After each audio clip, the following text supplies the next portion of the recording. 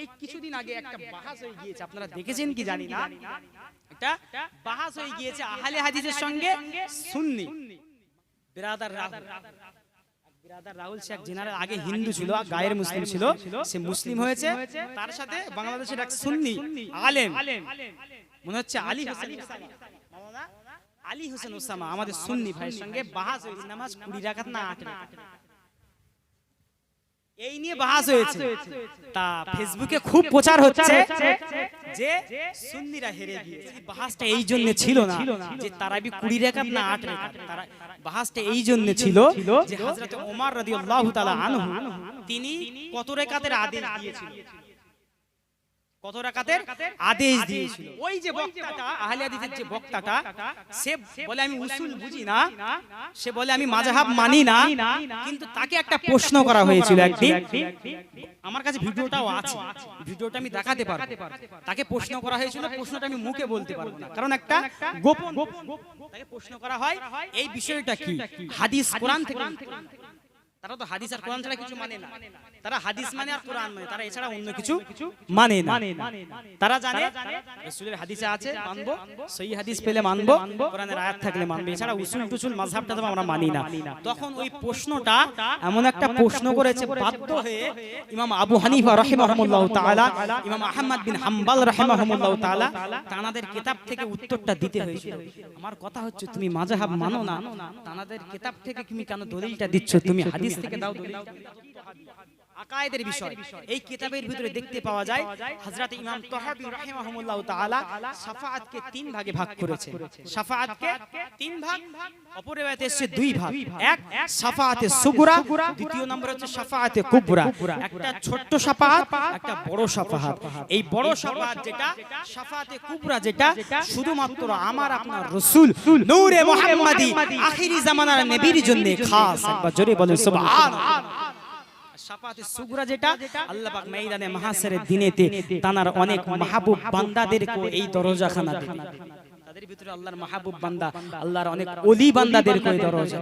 বর্তমান এখানেও একটা প্রশ্ন এসে যায়, এক শ্রেণীর আলেম ওলামারা ফতোয়া তোলে ফুরফুরা শরীফকে নিয়ে, কথা ঠিক কিনা? কি ফুরফুরা শরীফে নাকি মাজার পূজা করা? আমরা ফুরফুরা শরীফে আমরা নাকি পীর পূজারি, তাই নাকি? আমরা পীর পূজারি, আমরা পীরকে পূজা করি আমরা নাকি?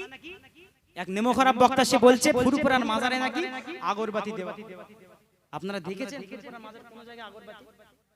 সে নেমো খারাপ দাবি করছে সে দেখেনি। ইতিহাস দেখলে পাওয়া যায় এই উপমহাদেশ ভারত, বাংলাদেশ, পাকিস্তান, এই উপমহাদেশে সর্বপ্রথম যিনি শিরকের বিরুদ্ধে সর্বপ্রথম আন্দোলন করেছিলেন এই পীর পূজারীদের বিরুদ্ধে, যারা পীরকে সিজদা করে। এমন একটা সময় ছিল আমার আপনার মা বোনেরা তারা তাদের চুলকে বিছিয়ে দিত, কিছু কিছু পীর সাহেব ওই চুলের উপর দিয়ে হেঁটে হেঁটে যেত। শুধু তাই নয়, আমরা মুসলমান ছিলাম কিন্তু আমাদের নামের আগে শ্রী পদবীতে শ্রী ছিল, আরো অনেক কিছু ছিল। আমরা মনসা ঠাকুর, মনসা ঠাকুরের পূজা করতাম। জানেন ইতিহাস জানেন, মুসলিম হয়েও যিনি সর্বপ্রথম এই উপমহাদেশে ভারত, বাংলাদেশ, পাকিস্তানে যিনি সর্বপ্রথম প্রতিবাদ করেছিল, এর বিরুদ্ধে গর্জে উঠেছিল, তিনি হলেন বঙ্গপুত্র ফুরফুরার পীর আবু বকর সিদ্দিক। একবার জোরে বলেন সুবহানাল্লাহ।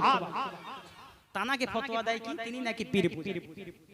আমরা তো পীর পূজারীদের বিরুদ্ধে প্রতিবাদ করি, যারা মাজারে সিজদা করে, যারা পীরকে পূজা করে, আমরা তো প্রতিবাদ করি না, আমরাও প্রতিবাদ করি। কেন মিথ্যা দই দিচ্ছি? আপনি জানেন না মিথ্যাবাদীদের উপর আল্লাহ পাকের লানত, লানাতুল্লাহু আলাল কাযিবি, মিথ্যাবাদীদের উপর আল্লাহ পাকের লানত।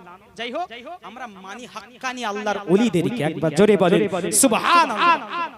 যে ওলি সম্পর্কে আল্লাহর কোরআন বলে দিচ্ছেন সূরা ইউনূসের ভিতরে, আলা ইন্না আউলিয়াল্লাহি লা খাউফুন আলাইহিম ওয়া লা হুম ইয়াহজানুন। তাদের কোনো ভয়ও নাই, যারা আল্লাহর মাহবুব বান্দা, আল্লাহর বন্ধু হয়ে গিয়েছে, তাদের কোনো চিন্তাও নাই। ফুরফুরা শরীফের কথা উঠেছে বলে একটু আলোচনা হবে, একটু আপনারা আমার পীর মুর্শিদ নিয়ে একটা আলাপ আলোচনা হোক না বর্তমান জামানায় এগুলো দরকার আছে, বর্তমান জামানায় না এগুলো দরকার। ওলিদেরকে যারা মানে তাদের বিরুদ্ধে বিভিন্ন লোকমা দেওয়া হচ্ছে, বিভিন্ন তকমা দেওয়া হচ্ছে। বর্তমান এই কিছুদিন আগে একটা বাহাস হয়ে গিয়েছে, আপনারা দেখেছেন কি জানি না, এটা বাহাস হয়ে গিয়েছে আহলে হাদিসের সঙ্গে সুন্নি। বাংলাদেশের এক বক্তা আর আহলে হাদিসের এক বক্তা, নামটা হচ্ছে আহলে হাদিসের যে বক্তার নামটা আপনারা সকলেই জানেন, না মুমতাজুল্লাহ বিরাদার রাহুল। বিরাদার রাহুল সে এক জেনারেল, আগে হিন্দু ছিল, গায়ের মুসলিম ছিল, সে মুসলিম হয়েছে। তার সাথে বাংলাদেশের এক সুন্নি আলেম, মনে হচ্ছে আলী হোসেন উসামা, মাওলানা আলী হোসেন উসামা, আমাদের সুন্নি ভাইয়ের সঙ্গে বাহাস হয়েছে। কি বাহাস? এদিকে তাকান, কি বাহাস? নামাজ, রমজান শরীফের মাসে আমরা তারাবি নামাজ পড়ি তো কত রাকাত? এই নিয়ে তারাবির নামাজ 20 রাকাত না 8 রাকাত, এই নিয়ে বাহাস হয়েছে। তা ফেসবুকে খুব প্রচার হচ্ছে যে সুন্নিরা হেরে গিয়েছে, সুন্নিরা হেরে গিয়েছে। অ্যাকচুয়ালি বাহাসটা যখন আপনারা মন দিয়ে দেখবেন, দেখতে পাবেন অ্যাকচুয়ালি বাহাসটা এই জন্য ছিল না যে তারাবি 20 রাকাত না 8 রাকাত, বাহাসটা এই জন্য ছিল যে হযরত ওমর রাদিয়াল্লাহু তাআলা আনহু তিনি কত রাকাতের আদেশ দিয়েছিলেন, কত রাকাতের আদেশ দিয়েছিল। তা বাহাসটা অনেকক্ষণ ধরে বাহাস হওয়ার পরে দেখলাম অনেকক্ষণ ধরে হলো বাহাস, অ্যাকচুয়ালি বাহাসটা 8 রাকাত না 20 রাকাত এই নিয়ে হয়নি, বাহাসটা হয়েছিল ওমর রাদিয়াল্লাহু তাআলা আনহু তিনি কত রাকাতের আদেশ দিয়েছিল এই নিয়ে বাহাসটা হয়েছিল, তাই তো নাকি? এই নিয়ে বাহাসটা হয়েছিল।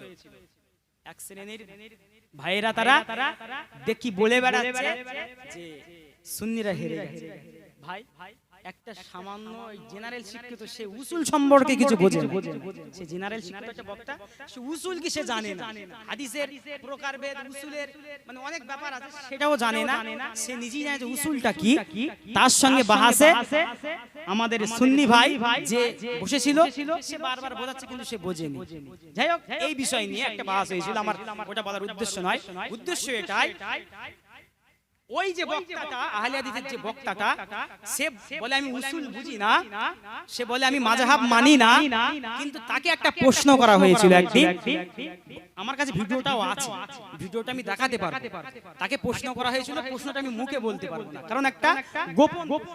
তাকে প্রশ্ন করা হয় এই বিষয়টা কি, হাদিস কোরআন থেকে, তারা তো হাদিস আর কোরআন ছাড়া কিছু মানে না, তারা হাদিস মানে আর কোরআন মানে, তারা এছাড়া অন্য কিছু মানে না। তারা জানে রাসূলের হাদিসে আছে মানবো, সহিহ হাদিস পেলে মানবো, কোরআনের আয়াত থাকলে মানবো, এছাড়া উসুল টুসুল মাযহাবটা তো আমরা মানি না।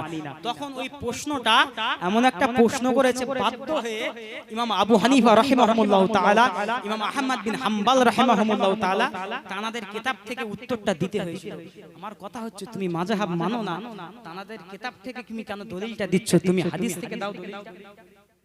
এমন ফতোয়া আছে আপনি হাদিসে পাবেন, কোরআন হাদিসে পাবেন না।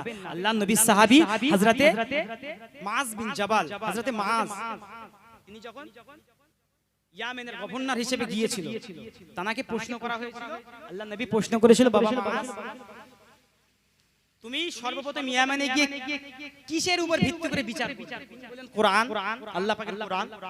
আচ্ছা, আল্লাহর নবী বললেন বাবা মুআজ তুমি যদি কোরআনে না পাও সেটা কি দিয়ে বিচার করবে? তখন বলল ইয়া রাসূলুল্লাহ রাসূলের হাদিস দিয়ে।